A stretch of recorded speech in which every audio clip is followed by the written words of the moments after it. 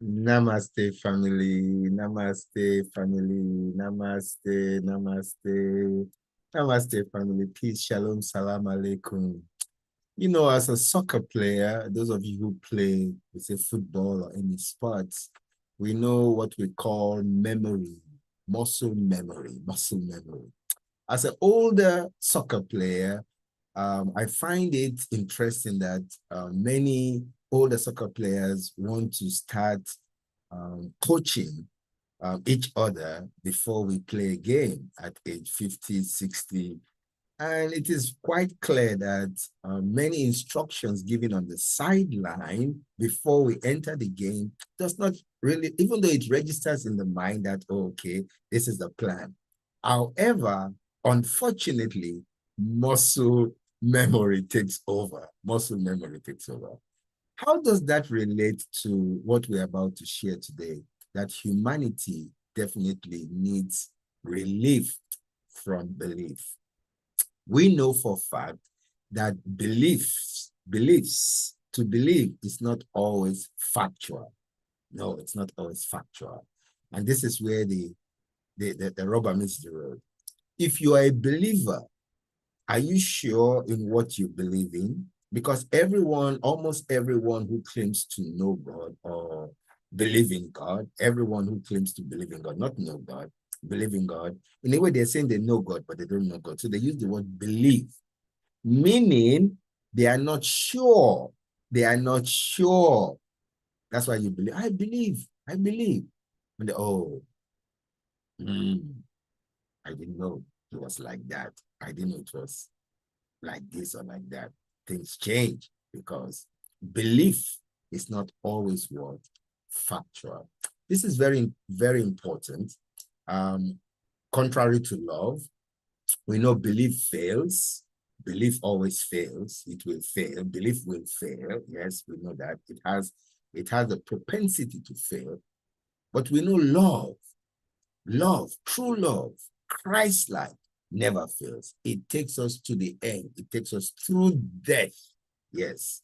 Um, if anyone claims they really love God, do you love your fellow human being? Are you willing to do as Yahushua guided us?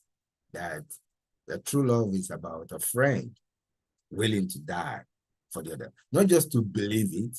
So I believe, that true love, Christ-like, is about friendship, giving up everything for each other, but to really demonstrate it, to practicalize it, to embody it, to do what? To say Emmanuelize it, to be Emmanuel, to be love present, love with us. Another word we say God with us. So humanity, no doubt, where we are right now, some say the last days. The last days of what? The world is a world without end. It's a world without end, a world which we don't know the beginning. We speculate. We say science has told us it had a beginning. Really? Who was there? Who knows that beginning, that there was a beginning? Okay, what was before the beginning? All those profound questions we arise. We say God was before the beginning. Okay, who is that God? What is that God? How did that God come into being? So you see the endless drive to go back to what we may call a beginning. So in a way, we come to understand this through knowledge, not belief. Through knowledge, through knowing that we do not know. Amen? Through knowing that we do not know everything. So back to muscle memory, like a belief system or belief sentiment, unfortunately, those of us who grew up in a belief system, a tradition, a cultural way of life, which many times evolves into a belief system. Oh, this is the way we do it. This is the way we act. This is our moral, or we say moral grounding, our moral backing. And we here, men are allowed to marry many wives. On another person's moral or belief system or cultural or traditional system, they say, well, you cannot marry more than one wife. Or in another system, the women choose the men to marry. These are all varied belief systems that we need to get away from.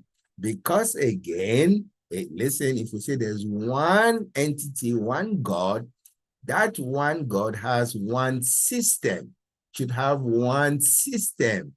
And unfortunately, it's not a belief system.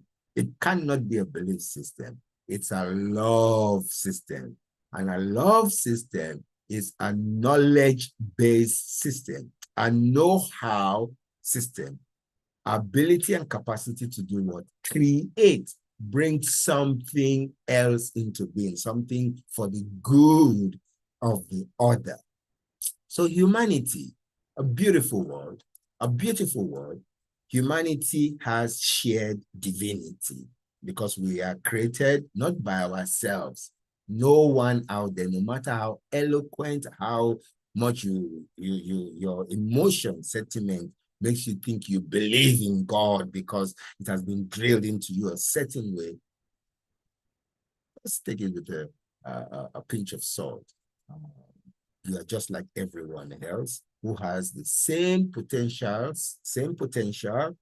to do good things, great things, unfortunately, to do terrible things. Yes. So when we as old men, we say muscle memory, they say a fool at 40 is a fool forever. My God, that is terrible, isn't it? I don't know who coined that. So as old men, when we go to play soccer at the football field and the sideline, we bicker about, we should do this, do that. What really happens when we get in the field is like your muscle memory takes over.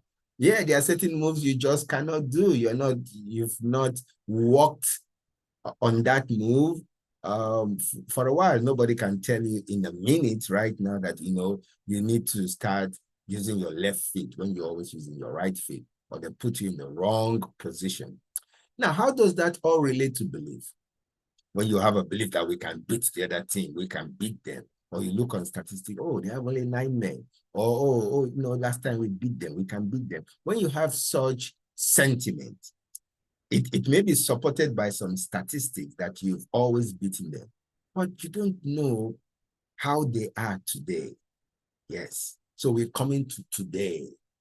We used to believe in God a certain way. Our spiritual mind or heart memory has a certain way of thinking about God based on what was inputted into us, into you. Is it not time now as we grow? So when I was a child, I thought I did childish things. Though Jesus, God, wants us to be what? Childlike, not childish. So to be childlike means I must always be ready to receive something I know nothing about and be willing to investigate, explore, have an adventure with it until I can sense or know that this is not what I need or the world needs. So right now, if you are a believer and you think you know all of God, then you could be the problem in the world. Yes, you could be the problem in your home, because I've met with families as a minister whereby the belief system of the spouses tear the family apart. The belief system.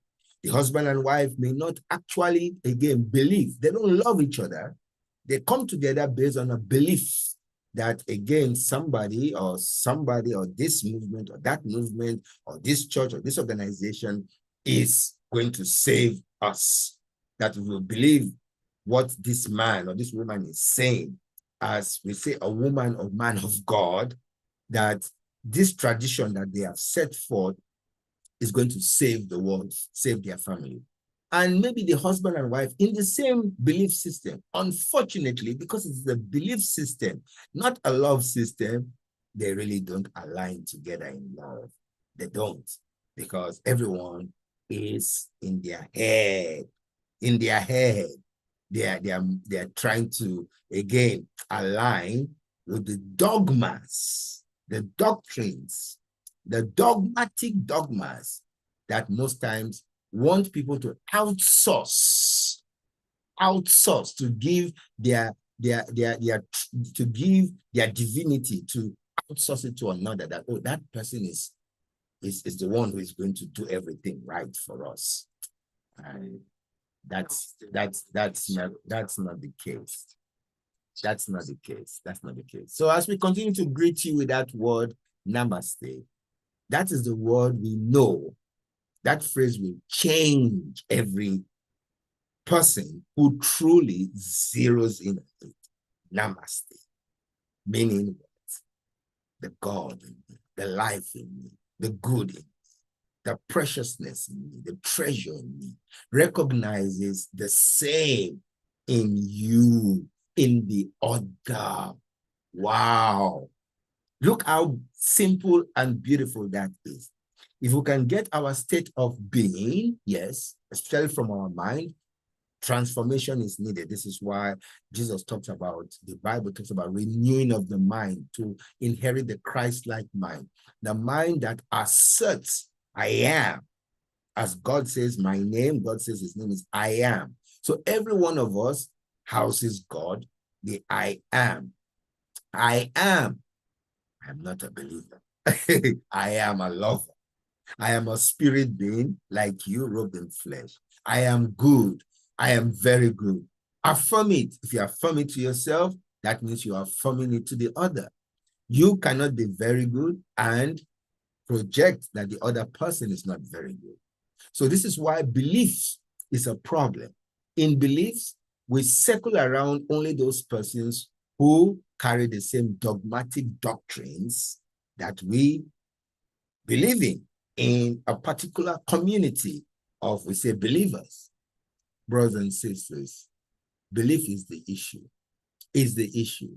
If I don't believe like you, then somehow you or me may point to each other that you are going to hell. Based again on Judeo-Christianity's theology, the doctrines that we know are doctrines, they are doctored, they are not of God.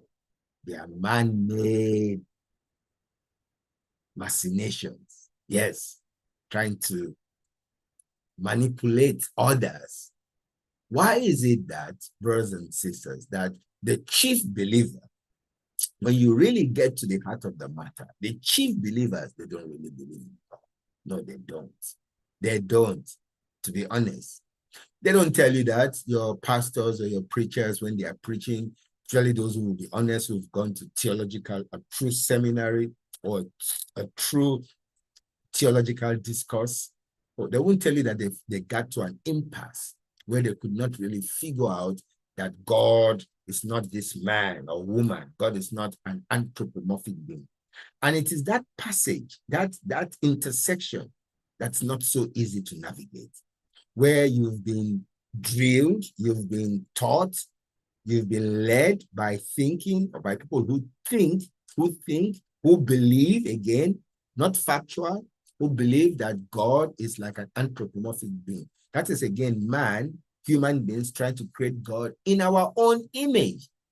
In our own, we say again, that word, fallen nature way of thinking or assessing or perspective. Instead of, we're looking at all of life as the ancients, those who are first awakened, they saw God everywhere in all of life. Because that is what God is. God is life, not a belief system, not a belief sentiment, not something that I feel good about. Whether I feel good, I don't feel good, God is like life, like the air, like water, like sunshine, like the cycles up and down, the waves, the ebbs of the tides. These things are constant. This is God, unchanging in this variety of motion, which is nothing more than giving and receiving and giving. So if we don't know how to give and receive, or receive and give, meaning we don't know how to share, we don't know how to love, we don't know how to be intimate, we don't have knowledge of God, of life.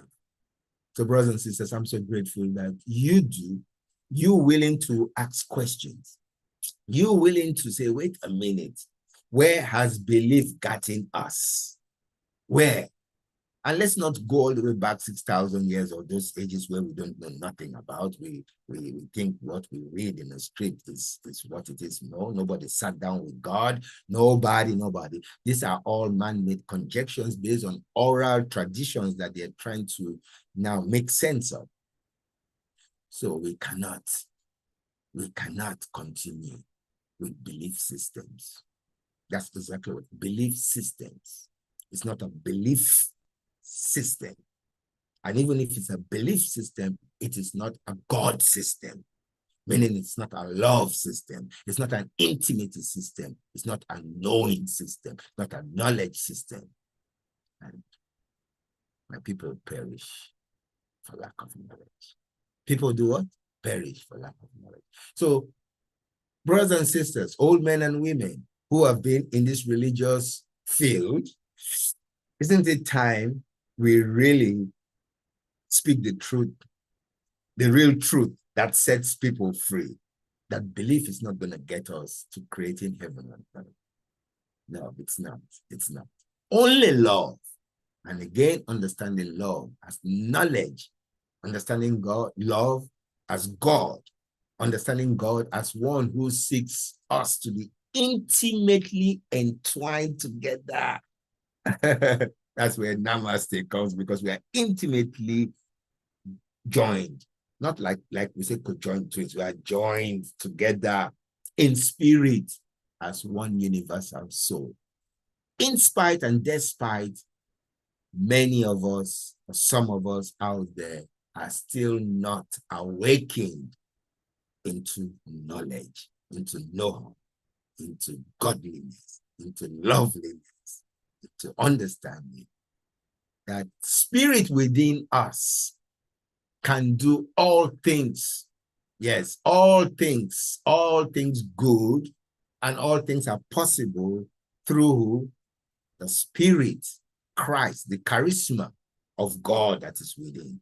That we are praying that today, if you listen to this, you would help promote the reality that belief fails.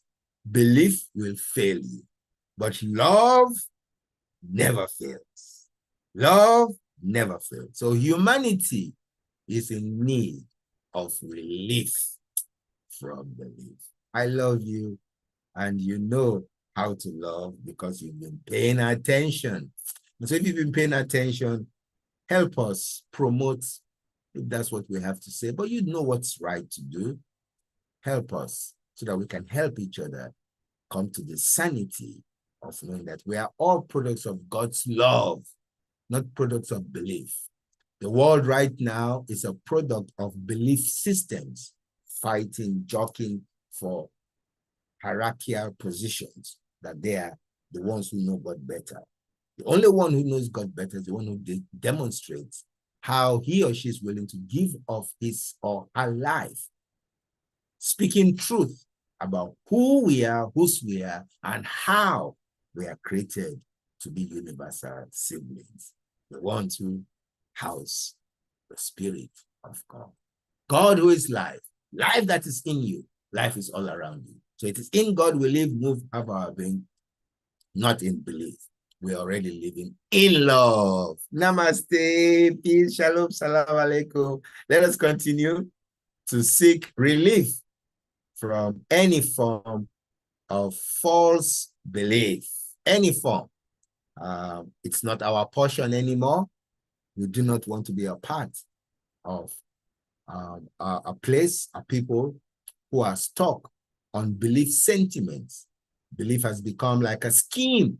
We say a belief scheme, because the more you believe with those persons who have boxed themselves into what they think is God, because if you say you've contained God, then that's a problem.